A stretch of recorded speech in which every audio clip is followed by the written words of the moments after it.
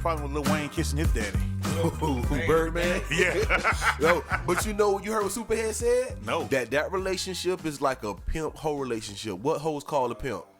Daddy. Okay. You better believe it. And when she said that, I said, hey, she cold. I said, because you know she really... Yeah. So people who know that her and Wayne fuck with each other, they thinking her words carry extra weight. Yeah. So the people who heard that like, damn, that's kind of cold. Okay, it makes you feel sense. me? But that's, some insight, though. That's like Jeff. God bless the dead, Jeff. Jeff daddy, up until Jeff died when he was, we were 17 when Jeff died. Up until Jeff died, his daddy used to kiss him on the lips. And the point, right, and there's nothing wrong with that. The point is the point I was making by bringing up that is that that's a homosexual act. Yeah. Because those are two men kissing. So my mom kissing her daughter is a homosexual act. Because by definition, is two of the same sex engaging. So you're trying to say all of us gay? I'm saying all of us have performed a sexual act in our life. A homosexual act. A gay act in our lives. I can't say I did. If we're being technical about everything. I got a daughter. If we're being technical about everything. Yeah. In football, we smack each other on the behind. There you Basketball, go. If we're being technical, because that's I tell you what, go slap a woman on her behind like she just scored a touchdown and see if you don't get hit with sexual battery.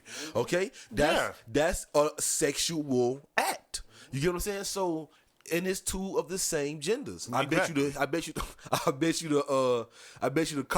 girls' college basketball coach, the man, he ain't smacking them on their butt for good play. I bet he not doing that.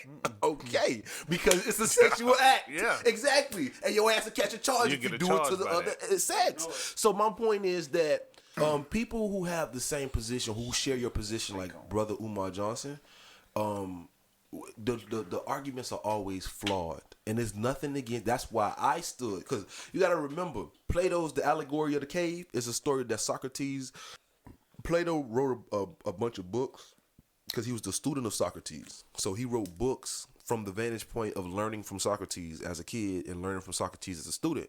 So all of his works are Socrates' teachings. So Plato talked about the allegory of the cave. I don't know if I ever told you about that. You ever heard of the allegory of the cave? Okay. Well, for those who don't know the allegory of the cave, basically I'm paraphrasing just to give you the point, just so you get the gist of the story. It was some slaves that were chained into a cave. All they were able to see was the silhouettes of shadows on the cave wall, because they were chained to the ground and they were facing the direction of the wall. Their backs were facing a fire. So all they can see was the shadow of objects that pass in front of the fire on the cave wall. Okay. So one slave eventually breaks out and he's able to turn around. He's able to see the actual objects that make the shadows, the objects that are casting the shadows. He's able to see them for their true form. And not only is he able to see them for their true form, he's able to travel outside the cave and see an entire world of things that he didn't know exist, like the sun, the sky, the trees. And the first thing he does, like any enlightened person does, is he runs back to tell the slaves that are still chained into the wall, he tried to tell them what he saw and share his enlightenment with them. So what the first thing they did was they killed them, because they were in fear of a change. Yeah, they were accustomed to living in the cave. In modern day, same thing like that is people who get out of prison and go back. Right. I'm sorry. What? I'm sorry. Not get out of prison to go back, but like a lot of times people get out of prison and they be scared of the change, so they'll go back. Or they don't want to come home. Because they done been in there for that amount of time. Like, I get you. One of my cousins that been locked up for 18 years. He said the scariest day of his life was when he got released. He said, I wasn't scared when I went in. He said, but when I was coming home, he said, I went to prison and he did 18 or 20 years, something like that. He went to prison in 88. Right. And he came home like 2006. And he was like, I was scared to come home. He was like, looking in magazines and I can see the change. And he said, I can see the change. He was like, so I didn't know what to look forward to. He said, I was scared to come home. So he was home for like 3 months and went back for like another 5 years. Wow. So the point of me bringing up the allegory of the cave was to say I was just like you and thinking that way. I was just like, not just you, Brother Will, but I was like Dr. Umar Johnson and anybody else who holds that position of, it's not natural. At the end of the day, we don't know.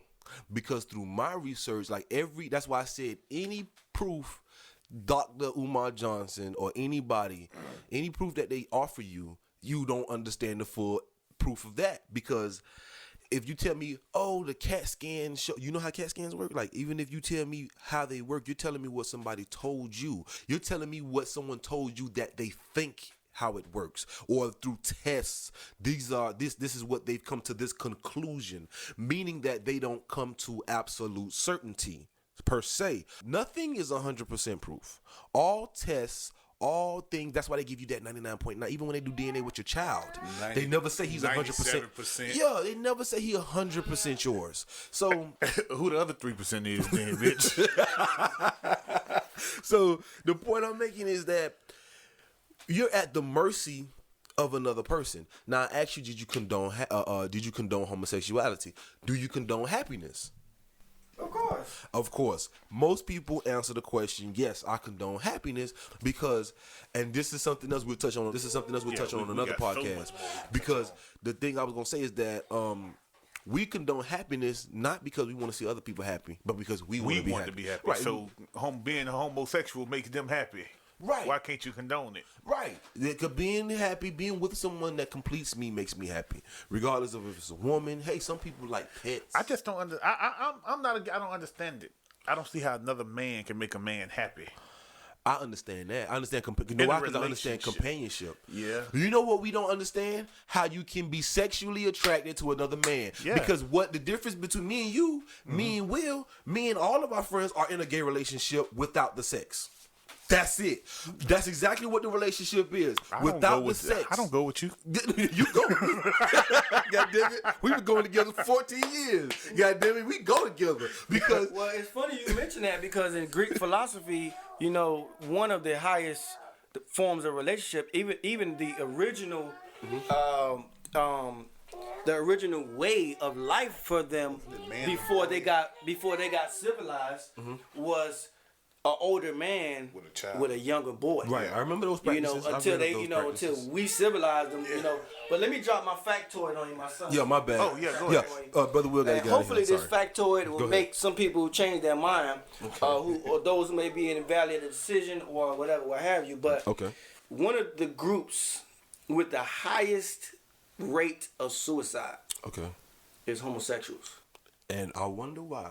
Because it's not. No.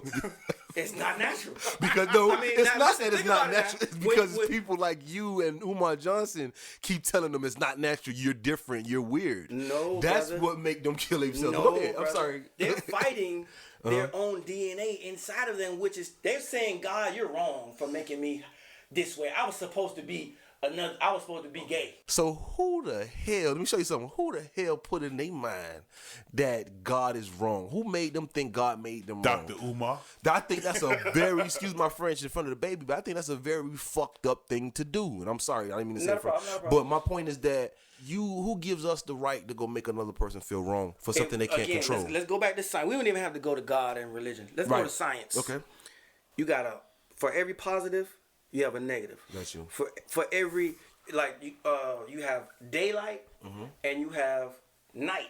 Got you. So then there has to be, just like how they say opposites attract. Right. You know what I mean? I understand. That in itself, it explains and it shows we weren't meant, especially now, if we're not, again, back to one of my first points, if every black man became gay. Now I know that there's more than the black man. Black man. Yeah, okay. There's more than the black man on the planet, but dealing with us right now, something for the people. Who gonna take care of the black woman if all black men become gay? The white man. Right? Now let's say and the Hispanic brother. Okay. All men become gay. Within 50 years or less, there's no kids being born. There's no babies being born. We go into extinction like that. You can mathematically calculate, because once your birth rate once your death rate surpasses your birth rate, you can mathematically sit down and calculate when these people are going to go into extinction. Real talk. Okay, I understand that, but that's a very big hypothetical because we're outnumbered. Even if you took all the gay men and gave them their own continent There's plenty of men love to populate the world with the women. That's why I said if all men. I understand. That's why I said that's a pretty big hypothetical because all men would never. There's never all of anything. But in that hypothetical, all of those theories go based on the premise that being gay is a choice. Because all men aren't. Okay, this is another argument I was thinking of while I was listening to you, because I don't want people to think that I don't listen. I was listening. But another argument I was thinking of was this. You feel it's not natural. It's not natural because my parents take care of mentally ill individuals and developmentally ill individuals, meaning like they don't grow right. They weren't born with certain organs. They were born deformed. There are different things that make them have to stay in a assisted living facility. So it's not natural to be born missing an organ or missing a limb, right? That means there are things more so than things that go wrong externally. Things go wrong internally. I repeat that. More so than things going wrong externally, things go wrong internally. I know this because I just had a baby a week ago. So meaning that a person can be born looking perfectly fine and have plenty internal problems, be it mental, be it organ problems, but they can have some type of internal problem. So let's say this. Let's say being homosexual was one wire being crossed. Like the sexual wire in our brain, it was crossed by accident. Let's say that happened for every homosexual. Let's say that, we found it, because basically this whole debate about what makes somebody gay is just the human thirst, the human desire to have an explanation for something. We need to know why things work the way they work. So let's just say that that's what it is. It's a sexual wire that's crossed wrong. That means they was born with a deformity. Going with that premises, that means they was born with a disability. Do you think we should shun people with Down syndrome? 9 times out of 10, you're going to say no. We shouldn't shun them so much so that there were laws that were passed which gave my parents the opportunity to have a business, because the laws that were passed said we have to include these people who have disabilities. We have to include these people into the community, close down the institutions. We're not going to ostracize someone based on how they were born, and we're going to include them and give them a quality of life that the rest of us deserve. That's a principle in the law based on happiness, the pursuit of happiness that we're promised in the Articles of the Constitution. So with all that being said, my stance on everything is I don't know. I do know I condone happiness. You know what I'm saying? I do know I condone people reaching their fullest potential. I condone that. You know what I'm saying? I do not condone shunning people. And when you tell people it's not natural to be who you are, when you tell people it's not right to be who you are, God didn't make you that way. And if you telling people that, pulling that their people love to use God because that's the majority of humans on earth have a God that they believe in. So that's the strongest principle you can attack to make a person make a decision that you want them to make. So bottom line is, I think people, it ain't even I just don't got the research numbers to quote them, but the fact is those people are killing themselves because their community make them kill themselves. That's why the funniest thing to me, or I appreciate, I celebrate those flamboyant gay men. If you funny and one of my favorite shows is Modern Family. Cam is my favorite character, the most flamboyant, colorful gay man you would ever see. Because be who you are, live who you are to the fullest. He ain't got shit on Gary with the T. Gary with the T. You feel me? Did you hear Gary with the beer the other day when he tried to be real and he tried to be all with like the deep voice? Yeah. Gary, sit your ass down somewhere.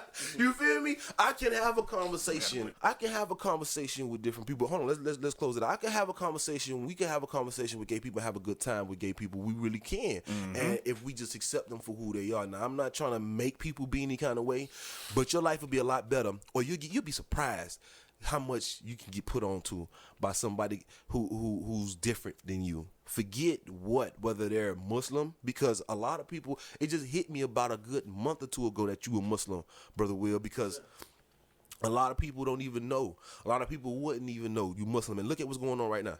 They talking about they want all Muslims out of America.